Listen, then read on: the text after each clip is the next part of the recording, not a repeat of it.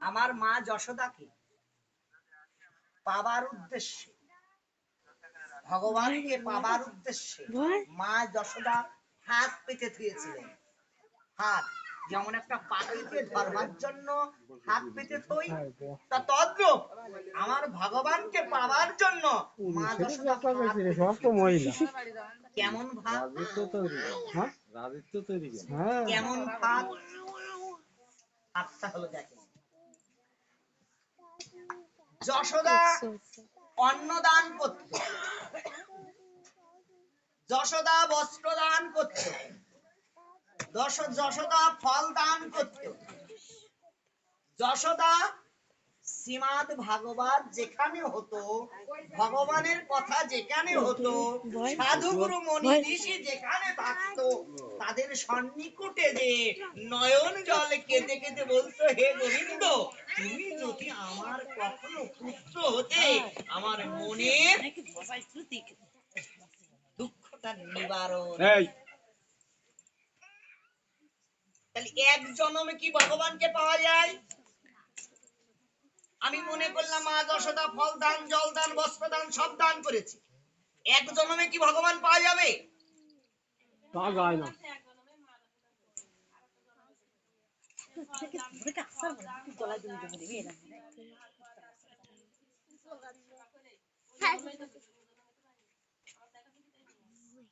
তাহলে এক জন্মে পেলেন, একজনের কখনো ভগবানকে পাওয়া যায় কেমন? ধাপে ধাপে ধাপে ধাপে। একটা সন্তানকে যদি সুশিক্ষায় শিক্ষিত করতে হয়, তাহলে এক চান্সে কি সে বিয়ে অনার্স পাস করতে পারে? তাকে ছোট 1 2 3 4 5 6 7 8 9 10 তারপরে কলেজ ইত্যাদি ইত্যাদি যাওয়ার পরে কিন্তু একটা ছেলে সুশিক্ষায় শিক্ষিত হয়। তদ্রূপ আমার মা যশোদা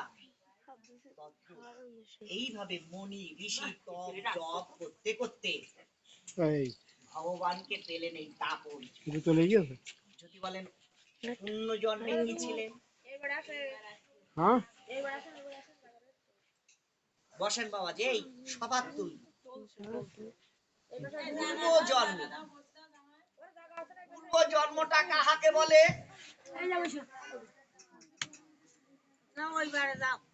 পূর্ব জন্মটা কাহাকে বলে? কেন পূর্ব জন্ম কাহাকে বলে? একটা কুকুরের তো পূর্ণ জন্ম হতে পারে, এই কুকুর হয়ে আবার কুকুর হতে পারে। পূর্ণ জন্ম, পূর্ণ জন্ম কাকে? যারা পূর্ণ করতে জানে তারা কিন্তু পূর্ণ জন্ম পায়। দেখেন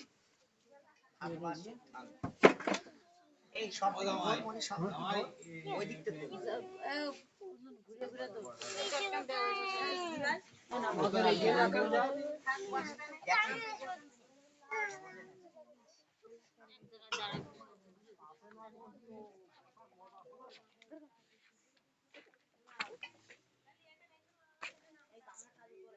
মা যশোদা একদিন ভগবান শ্রীকৃষ্ণ ভালো কিছু চিনছে কি করছি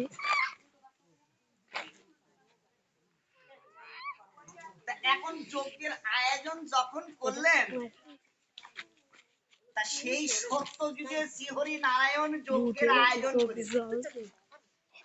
আয়োজন করার পরে ওই যজ্ঞ ভূমিতে আলু সেবার জন্য একটা পূর্ণ ব্রহ্মচারিত্র নারী দিয়েছে। ওই যজ্ঞের পূর্ণ ব্রহ্মচারিত্র নারীর সে নারী কে ছিলেন? তার নাম ছিল পুণ্যবতী। এখন ওনাকে নিয়ে আসলেন মনি ঋষির বাড়ি থেকে, যেখানে আছে সেখানে। এখন ওই মুহূর্তে কি দেবের মহাদেব কুকুর বেশ ধারণ করে ওই যজ্ঞ ভূমিতে শুয়ে আছে। তখন সেই পুণ্যবতী মা আমার ঝেঁটা দিয়ে তাকে আঘাত পেয়ে ধারণ করে পুণ্যবতীকে বলল, মা তুমি কেমন কেমন ব্রহ্মচারী? তুমি একটা কুকুরকে আঘাত করলে, তুমি এমন ব্রহ্মচারিত্র? তাহলে তুমি ব্রহ্মচারিত্র পূর্ণবতী হয়ে তুমি যদি কুকুরকে আঘাত করতে পারো, আমি স্বয়ং শিব ভোলানাথ তোমাকে অভিশাপ করলাম যে তোমার অনাদি ভগবান শ্রীকৃষ্ণ তোমার ঘরে জন্ম নেবে, কিন্তু ওই কৃষ্ণ তোমার ছেলে হলো, ওই কৃষ্ণ যেদিন যজ্ঞ করবে সেই যজ্ঞের দাড়ির হাতে তুমি এমন বাড়ি খাবে, আর সেদিন বুঝবে মানুষ হয়ে জীবের গায়ে আঘাত করলে তার কি ফল লাভ হয়।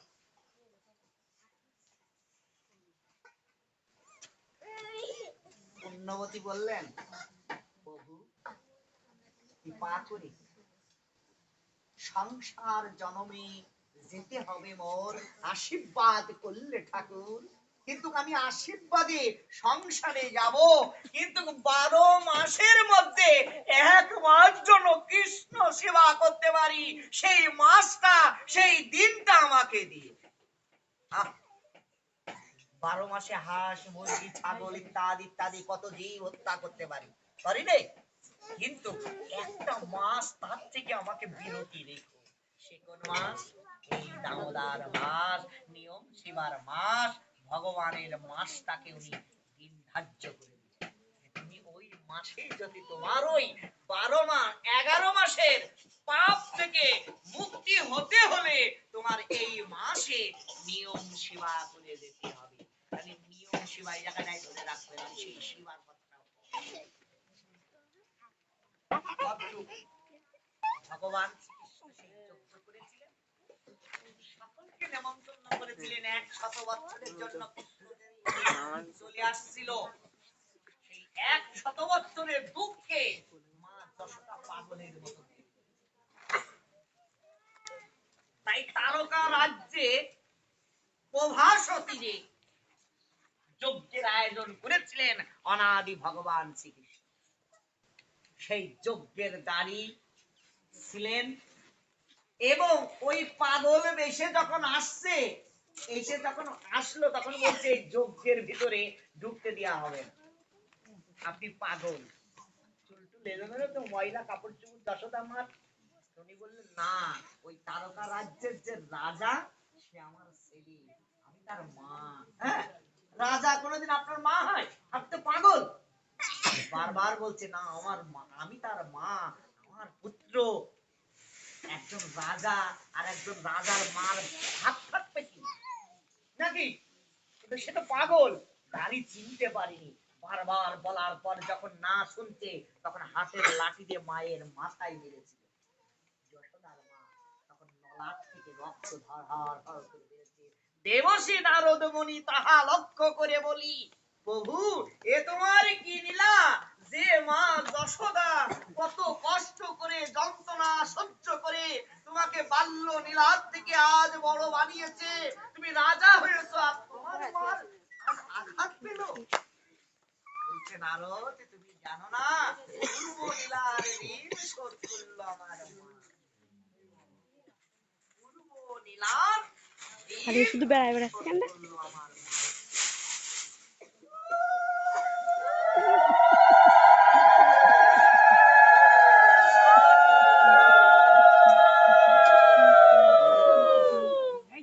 এই সেই মাস ভগবান শ্রীকৃষ্ণ যখন বাল্য লীলায় আসলেন, শ্রীরাম সুদাম বলরাম আরো সখাগণ সকলের সাথে করিলেন আনন্দ এবং বৃন্দাবনের গোয়ালাদের ঘরে ঘরে ননি করিছিল সেবন। তাকে ননি সুরা বলেও অনেকে গালি দেয়, আসলে তিনি ননি সুরা না, তাকে সুর সাজানো হয়। কেমন বৃন্দাবনের গোয়ালারা গোয়ালিনীরা যখন ননি শিখে রাখতো, তখন ভগবান শ্রীকৃষ্ণকে বলতো, গোপাল তুই যদি মা যশোদার পুত্র না হয়ে আমার পুত্র হতিস, আমি তোকে ননি সেবন করাতাম। বড় আশা, বড় শখ যে তুই আমার পুত্র হবি, আমার কোলে কোলের উপরে নিয়ে আমি তোকে ননি সেবা করাবো। তা বাবা আমি তো পারলাম না সেবা দিতে, আমি তো মা হতে পারিনি, কেন আমি কত জন্মের অপরাধী জানি নে, তাই তোর জন্য ননি সাজিয়ে তোলাম, পারিস যদি তুই এবার সেবা করে যাস।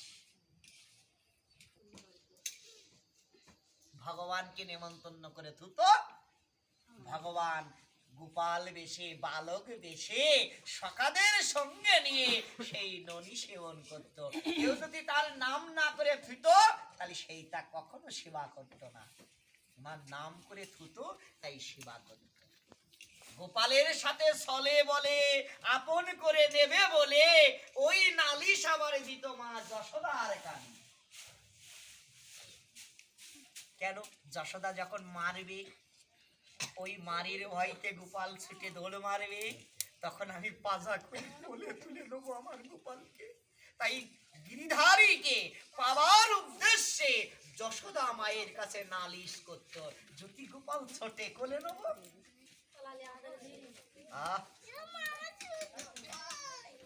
মা যশোদা চিন্তা করত আমি গোপালকে দেখবো, সত্যি গোপালকে দেখবো ননি চুরি করে খাই কিনা। এখন আমি ঠিক এইরাম শিকের মধ্যে দধি দুধ ঘিত সেনা আরো ননি আদি সব রেখে দিয়েছি।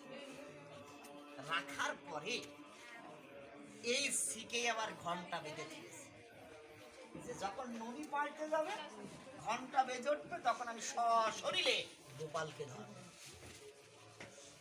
এখন ওই ঘন্টা বেজে আছে, ভগবান শ্রীকৃষ্ণ অন্তর্যামী ভগবান সে তো সব জানে।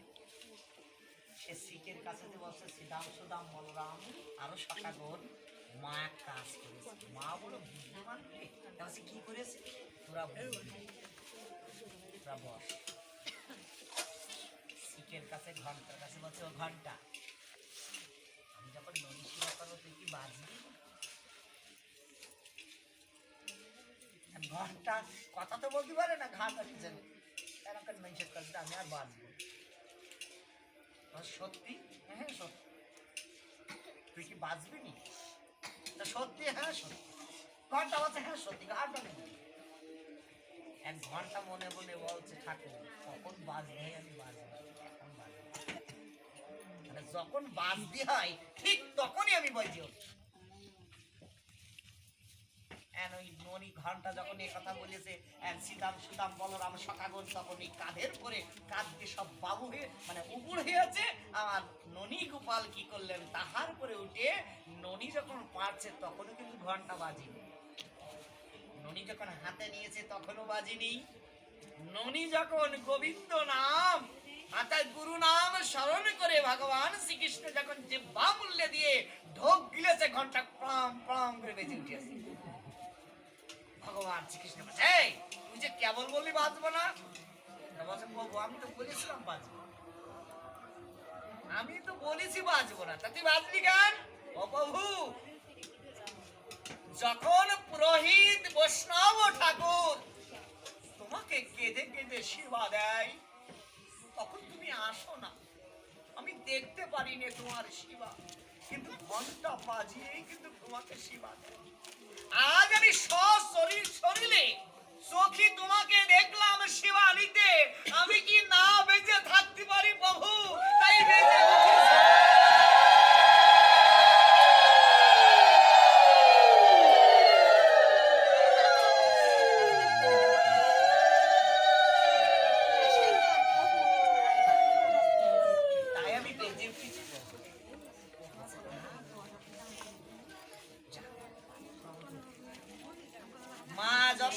দেখিবারে তরে কত কথা ভাবে মনে, সশরীরে ধরিলেন ননি চূড়া আমার গোপাল।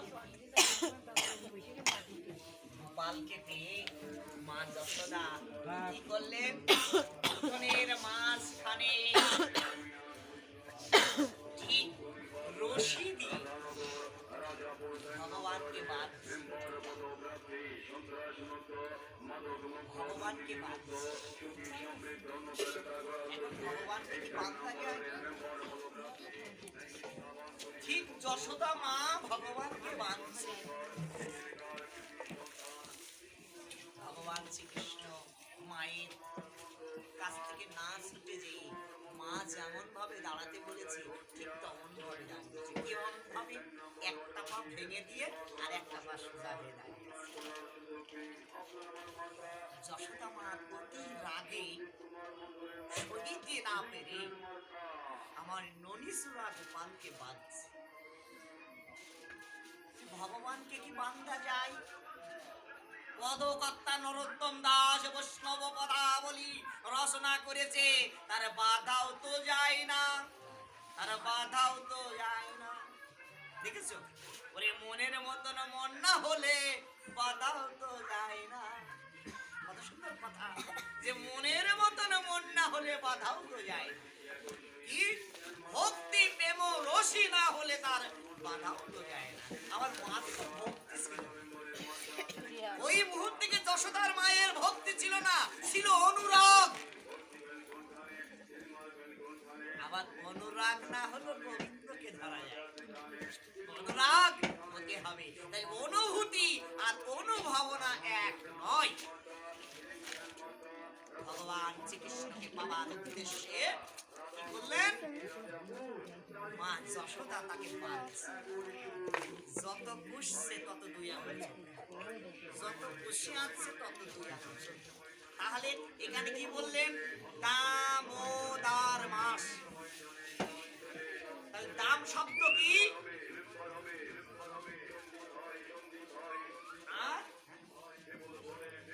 আর দার শব্দ দামোদর। দাম শব্দ কি?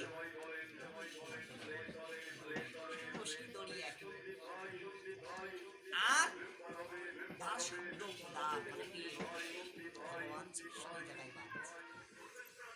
তালি ভগবানকে বেঁধেছে। আমরা এই কার্তিক মাসে দামোদর মাস মানবো কেন? ভগবানকে বেঁধেছে, আমরা মানবো কেন? মানছি আমরা পঞ্চশস্য আহার, মাছ মাংস ইত্যাদি আহার। যে সবজি আমরা জানি না কখন সেবন করতে হয়, সেই সবজিও আমরা পাই। তাই আমাদের দামোদর মানে আমাদের পেটটাকে সুস্থ আসনে বসানোর উদ্দেশ্যে আমরা কি করি? সেই শিবার মাসটা পালন করি। দণ্ডে দণ্ডে শিবার দণ্ডে দণ্ডে। অনেকে 5 বার সেবা দেয় গোপালকে, অনেকে গোপালকে 10 বার সেবা দেয়, মানে 12 বার, একদিনে 12 বার সেবা দেয়। অনেকে 5 বার, অনেকে 3 বার দেয়, আর অনেকে দেয়, অনেকে দেয়। এখন যারা দেয় না তারা মনে করছে ভগবান না খেয়ে আছে। ভগবান অত পাগল না যে না খেয়ে থাকে। আমি দিই না, তাহলে আমি ভগবানকে ডাকলেও ভগবানের আসে যায় না, ভগবানকে না ডাকলেও ভগবান মানবো না, সব খেয়ে যাব, ভগবানের তাতে কোনো আসে যায়। যত খাবে যত পাবে তত ভোগ করবে। যত আহার বিদ্যা ভয় কম করবে তত সেই নন্দ দুলালকে পাবে। আহার নিদ্রা ভয় দিন থাকিতে গুরু কর্ম নয়, শাস্ত্র সিদ্ধান্ত। আমার দেহটাকে পবিত্র করবার জন্য, সর ইপুকে কন্ট্রোল করবার জন্য, 10 ইন্দ্রকে বশীভূত করবার জন্য, পঞ্চ আত্মাকে একতা করে পরমাত্মার সাথে মিল করে ভগবানের পার উদ্দেশ্যে এই সেই দামোদরের নিয়ম সেবার মাস। আমি আহার যত নিয়ম সেবার মধ্যে নিয়ে আসতে পারবো, নিয়মের মধ্যে নিতে পারবো, তত আমার ভগবানের দিন আসবে। মুমিন মুসলমান সম্প্রদায়ের কিন্তু একটা ধর্মের মাস, জানো? সিয়ম শিবার মাস। দেখেন জানতে কেমন লাগে? আরবিতে বললেন ছবিটা কেমন সিয়ম লাগছে? শিবার মাস। মনি লাগছে, আমার ভালো ধর্মে, লাগছে। সাতশত সনাতন ধর্মে, আরবিতে নয়, সংস্কৃত ভাষায় বললেন কি? এগুলা লাগছে জানতে রাখুন সুখী গুরুদেব মুখ খুলে সিয়ম শিবার মাস নিয়ম সেবার মাঠ, তোমরা নিয়মের মাধ্যমে এসো, কণ্ঠলে এসো, শাস্ত্রে সিদ্ধান্ত, এই মাসে যদি কাকড়া কেউ হত্যা করে, এই মাসে যদি মৎস্য হত্যা করে, এই মাসে যদি কোনো জীব হত্যা করে, এ জন্মে নয়, জন্ম জন্ম তার কুম্ভ পাক নরকে বিরাজ করতে হবে, আমার গ্রন্থে প্রমাণ করেছে। জন্মে জন্ম জন্ম জন্ম কুম্ভ পাক নরকে বাস করতে হবে। এই মাসে সন্ধি, সন্ধি বলে একটা শব্দ আছে, সন্ধি, একে হত্যা করা যাবে না, মৎস্য হত্যা করা যাবে না, কাঁকড়া হত্যা করা যাবে না, ঠিক আছে, লাল কোনো বস্তু সেবন করা যাবে না, টক জাতীয় খাবার কোনোদিন খাওয়া যাবে না এই মাসে। এই মাসে সিম, বেগুন, পাতা তো যে জলে হয়, কলমি শাক, বরবটি, অর্থাৎ মধু, মানে ফুলের থেকে তৈরি হয় মধু, এবং মানকচু, ওল জাতীয় খাদ্য, এভাবে 127টা প্রকৃতি বাদ দিয়ে সেবন করতে বলেছে। এখন আপনি যদি বলেন গোসাই বাবাজি আমরা মাছ মাংস খাই, আপনি খান না, আর আপনি যা খান আমি তাই খাই, কেন? আমি মাছ মাংস খাই আর আপনি মাছ মাংস খান না, কিন্তু আমি জীব হত্যা করি, তুমিও জীব হত্যা করো। কি জীব? আমি শাকের জীবন আছে, পটলের জীবন আছে, তাই না, অমুক অমুক জিনিসের জীবন আছে, সেই জীবনটাকে আমি খাই, কিন্তু আমি মাছ খাই আপনি খান না, কিন্তু আপনি তো হত্যা করেন, আমিও হত্যা করে, এটা প্রশ্ন।